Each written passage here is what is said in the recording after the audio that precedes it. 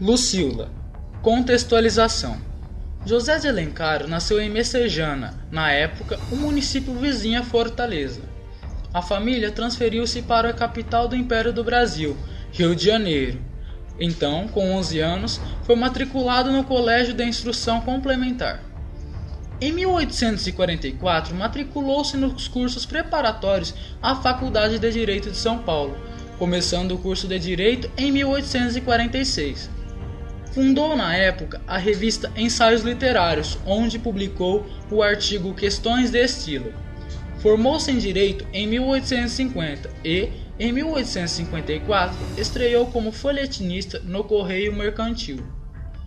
Em 1856, publica o primeiro romance, 5 Minutos, seguido de A Viuvinha, em 1857. Mas é com O Guarani, em 1857, que alcançará notoriedade. Esses romances foram publicados todos em jornais e só depois em livros. José de Alencar foi mais longe nos romances que completam a trilogia indigenista, Iracema, em 1865, e Ubirajara, em 1874. O primeiro, Epopeia sobre a origem do Ceará, tem como personagem principal a índia Iracema, a virgem dos lábios de mel e cabelos tão escuros como a asa da graúna. O segundo tem por personagem o Birajara, valente guerreiro indígena que durante a história cresce em direção à maturidade. Em 1859, tornou-se chefe da Secretaria do Ministério da Justiça, sendo depois consultor do mesmo.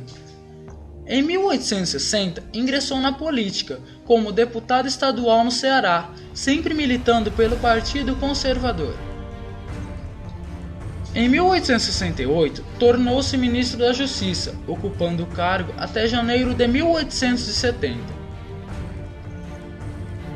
Em 1869, candidatou-se ao Senado do Império, tendo o imperador Dom Pedro II do Brasil não o escolhido por ser muito jovem ainda. Em 1872, se tornou pai de Mário de Alencar, o qual, segundo uma história nunca totalmente confirmada, seria na verdade o filho de Machado de Assis, dando respaldo para o romance Dom Casmurro. Viajou para a Europa em 1877 para tentar um tratamento médico, porém não teve sucesso.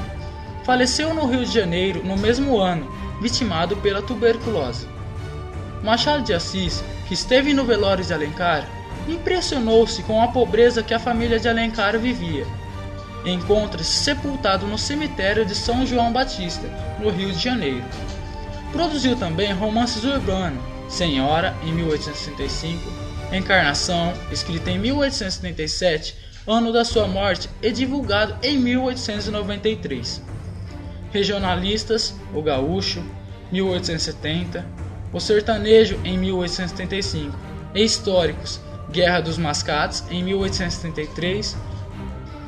Produziu também romances urbanos, regionalistas e históricos, além de peças para teatro. Uma característica marcante de sua obra é o nacionalismo, tanto nos temas quanto nas inovações no uso da língua portuguesa. Em um momento de consolidação da independência, Alencar representou um dos mais sinceros esforços patrióticos em povoar o Brasil com conhecimento e cultura próprios, em construir novos caminhos para a literatura no país. Em sua homenagem foi erguida uma estátua no Rio de Janeiro e um teatro em Fortaleza, chamado Teatro José de Alencar. A Praça José de Alencar, no Ceará, é uma homenagem da sua cidade natal.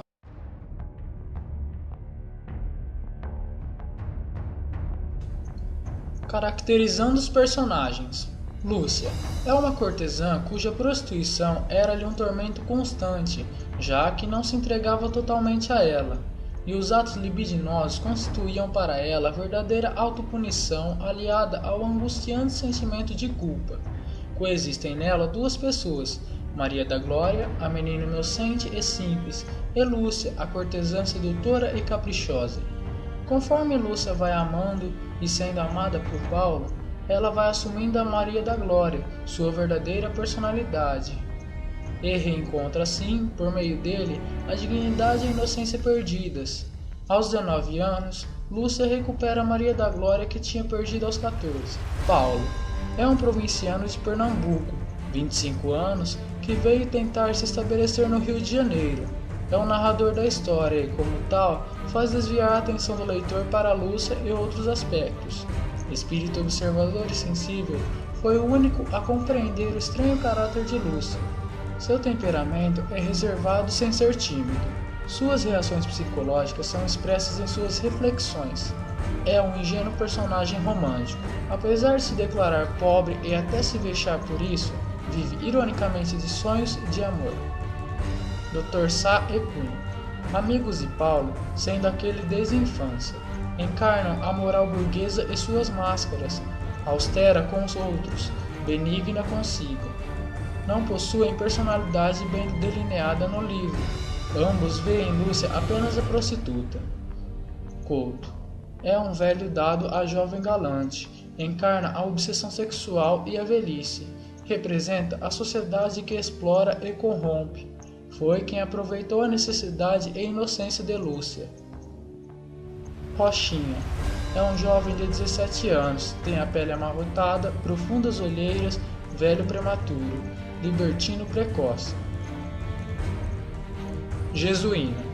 Foi quem recolheu Lúcia quando seu pai a expulsou de casa e a iniciou na prostituição. Laura e Nina. São meretrizes como Lúcia, mas sem sua duplicidade de caráter. Não são capazes de descer tão baixo, porém não possuem a nobreza e altivez da protagonista. Jacinto. Vive da prostituição das mulheres pobres e da devassidão dos homens ricos. Por seu intermédio, Lúcia vendia joias ricas que ganhava e enviava o dinheiro à família pobre. É quem mantém a ligação misteriosa no livro entre Lúcia e Ana. Enfim, é quem cuida dos negócios dela. Ana é a irmã de Lúcia, que foi educada no colégio graças a ela até os 12 anos. Tratava-a como se fosse sua filha. Lúcia tenta casá-la com Paulo, para ser uma espécie de perpetuação e concretização do seu amor por ele.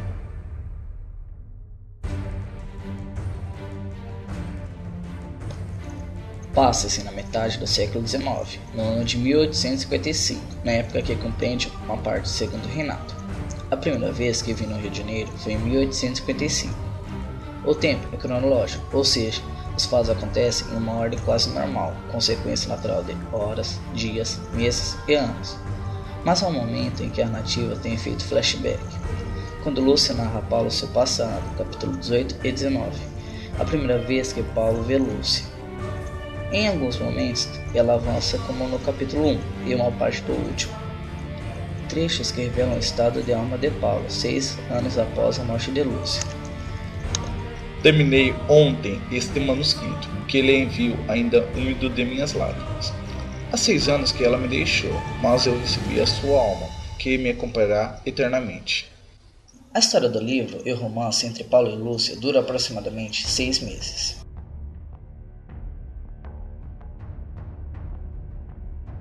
A história se passa no Rio de Janeiro, que naquela época era a capital do Império, Segundo Reinado. Durante a narrativa, vemos referências a seus bairros, Santa Teresa, às suas ruas, das Mangueiras, a festas da Glória, a teatros líricos e a lojas finas. Existem curiosidades em relação aos lugares e ao comportamento amoroso e à relação física de Paulo e Lúcia. Como, por exemplo, no quarto de Lúcia, que é um local de luxúria. Das várias vezes que eles se uniram sexualmente neste aposento, nenhuma das vezes o casal parece ter ficado satisfeito. Já quando eles se amaram nos jardins da casa do Dr. Sá, eles obtiveram a satisfação plena. O cenário é bem ao gosto do romantismo, a natureza. Sim, esqueça tudo e nem se lembre que já me visse. Seja agora a primeira vez. Os beijos que lhe guardei, ninguém os teve nunca. Esse, acredito, são puros. Página 47. Não fui eu que possuí essa mulher, e sim ela que me possuiu. Todo é tanto que não me resta daquela noite mais do que uma longa sensação de imenso deleite, na qual me sentia afogar num mar de volúpia. Página 47.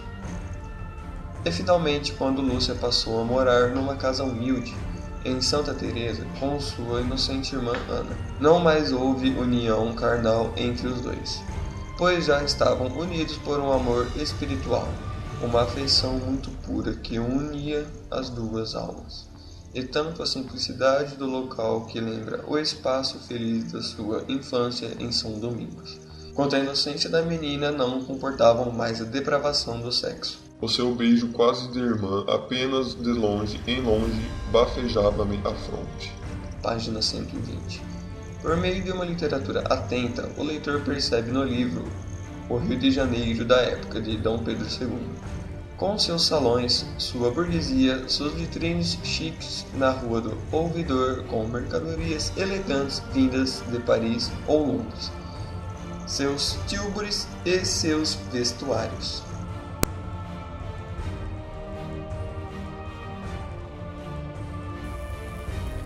Sua obra é da mais alta significação nas letras brasileiras, não só pela seriedade, ciência e consciência técnica e artesanal com que a escreveu, mas também pelas sugestões e soluções que ofereceu, facilitando a tarefa da nacionalização da leitura no Brasil e da consolidação do romance brasileiro, do qual foi verdadeiro criador, sendo a primeira figura das nossas letras, foi chamado o patriarca da leitura brasileira.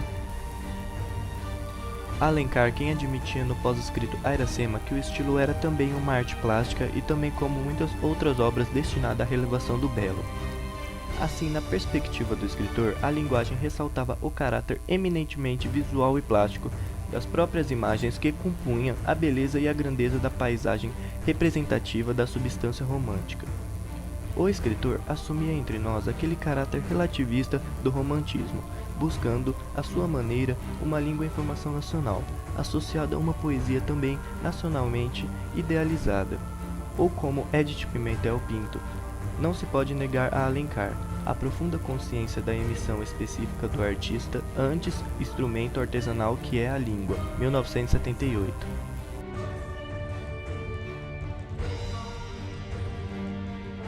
O tema central é a exaltação do amor como força purificadora, capaz de transformar uma prostituta numa amante sincera e fiel. Percebe-se também uma crítica social e moral ao preconceito às cortesãs e à gravidez antes do casamento. O romance causou comentários na sociedade. Paulo se viu dividido entre o amor e o preconceito.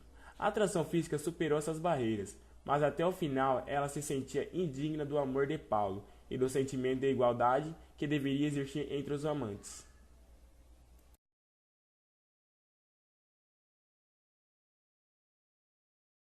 Crítica. O livro Lucila aborda vários temas polêmicos daquela época, como a gravidez antes do casamento, que é retratada quando Lúcia engravidou de Paulo, ainda quando eles estavam namorando. Ficou para a época uma grande ofensa à sociedade. Mas José de Alencar fez com que a história desse um final bem trabalhado pela morte de Lúcia, que morre porque não queria retirar o filho, e acaba morrendo por complicações por ter um aborto espontâneo. E deixa de herança para Paulo 50 contos de réis para ele poder cuidar da sua querida irmã Ana, e fez um pedido para Paulo, que casasse com Ana, mas Paulo recusa e Ana vai para o exterior viver com um bom rapaz. A principal característica desses romantistas brasileiros era a valorização do ser brasileiro, e com isto conseguiu criar uma literatura realmente brasileira sem o estilo de Portugal. José de Alencar quis criar essa literatura porque ele queria criar um romantismo com características de uma mulher brasileira, sem usar aspectos portugueses.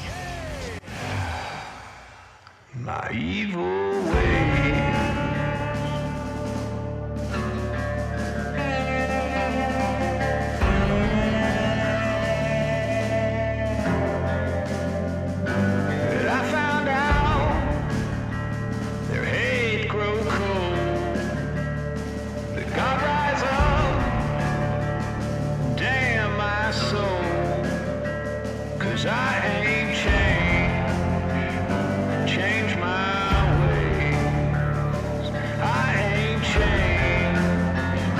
So I won't